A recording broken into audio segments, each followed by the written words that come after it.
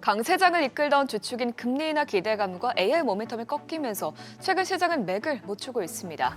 오늘도 엔비디아의 악재가 나오고 아마존도 AI 비트에 참여한다는 소식이 나오면서 AI 버블 우려가 또 커졌는데요.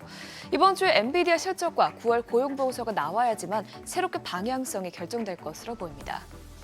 그럼 마감 상황 확인해보면 오늘 다우지수가 1.18% 내렸고요. S&P 500 지수와 나스닥 지수도 각각 0.92%, 0.84% 빠지면서 두 지수 모두 50일 이동평균선을 하회했습니다. 시총 상위 종목도 대부분 빨간불을 켰습니다. AI 버블에 대한 논쟁이 계속되는 가운데 간밤에도 이에 불을 지필 만한 요인들이 있었는데요. 우선 억만장자인 피터 틀이 인공지능 관련주들을 처분한 것으로 전해졌습니다. 특히 그는 엔비디아에 대한 지분을 전량 매도한 것으로 알려졌는데 이 소식에 엔비디아 주가는 2%에 가까운 약세를 보였습니다. 이외에도 약 900개 헤지펀드가 제시한 13회표 보고서를 보면 지난 분기에 161개의 헤지펀드사가 엔비디아에 대한 비중을 늘렸고 반대로 160개사는 투자 비중을 줄인 것으로 집계가 됐는데요. 그만큼 AI에 대한 전망이 엇갈리는 것으로 해석이 되면서 오늘도 관련주들의 투심이 위축됐습니다. 또 이런 가운데 아마존은 AI 인프라 투자를 위해서 120억 달러 규모의 채권을 발행하겠다고 밝히면서 오늘 주가가 0.78% 빠졌습니다. 반면에 알파벳만 혼자 강세 보였는데요.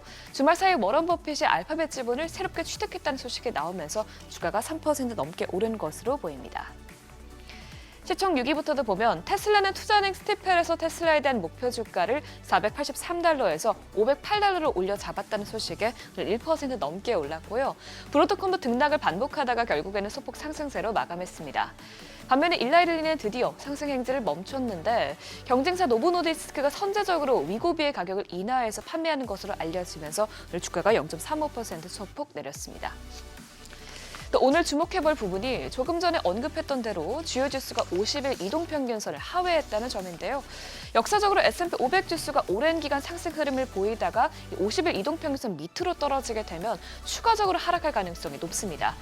파이퍼 샌들러는 이에 대해서 앞으로 두 가지 시나리오를 제시했는데요. 첫 번째는 S&P 500이 6,500선까지 짧게 밀리는 이 조정이 나올 수 있다고 말했고요. 두 번째는 더 깊은 조정이 나오면서 200일 이동평균선이 6,150까지 내려갔다가 연말로 갈수록 회복 흐름을 보이게 되면서 약 6,600선에서 마무리되는 시나리오를 제시했습니다. 그래도 전반적으로는 아직까지 장기적인 관점에서 증시 낙관론은 이어지고 있긴 합니다. 몬티스 파이낸셜은 금리 인하 경로가 유지되고 경제가 여전히 강력하다면 시장이 뒤집힐 가능성은 낮다고 말했고요. 또 작년까지만 해도 대표적인 비관론자였던 이 마이클 윌슨은 계속해서 콜에 베팅하고 있습니다.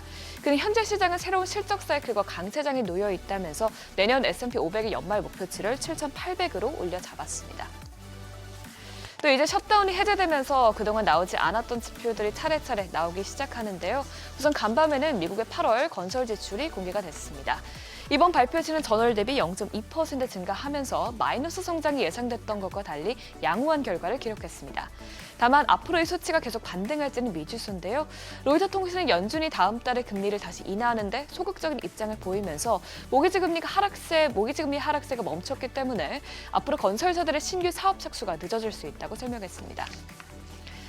이런 가운데 뉴욕주 제조업 지수도 예상보다 잘 나왔습니다. 이번 발표치는 18.7로 나오면서 1년 만에 최고치를 기록했는데요. 신규 주문 지수가 전달 대비 큰 폭으로 상승한 덕분입니다. 이외에도 고용 지수가 상승세를 보이면서 노동 시장이 크게 약화되고 있다는 신호는 포착되지 않았습니다. 국채금리는 전반적으로 위험자산 회피 심리가 커지면서 안전자산인 채권에 매수세가 몰리자 간밤 하락했습니다. 10년물 금리는 오늘 소폭 내렸고요. 2년물 금리는 변동성이 없었습니다. 금값은 일본과 중국 간 지정학적인 갈등으로 안전자산 선호 심리가 커졌음에도 불구하고 금리나 모멘텀이 축소된 점에 더 민감하게 반응하면서 하락세를 보였습니다.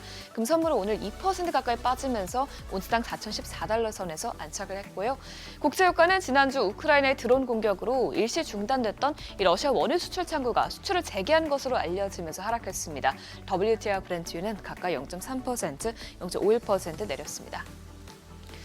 마지막으로 비트코인은 끝을 모르고 내리고 있습니다. 이제 9만 1,000달러까지 내려가게 되면서 9만 달러 선이 붕괴될 위험에 놓여 있는데요. 현재 업비트에서 원화로는 1억 3,800만 원대에서 거래되고 있습니다. 지금까지 굿모닝 마켓이었습니다.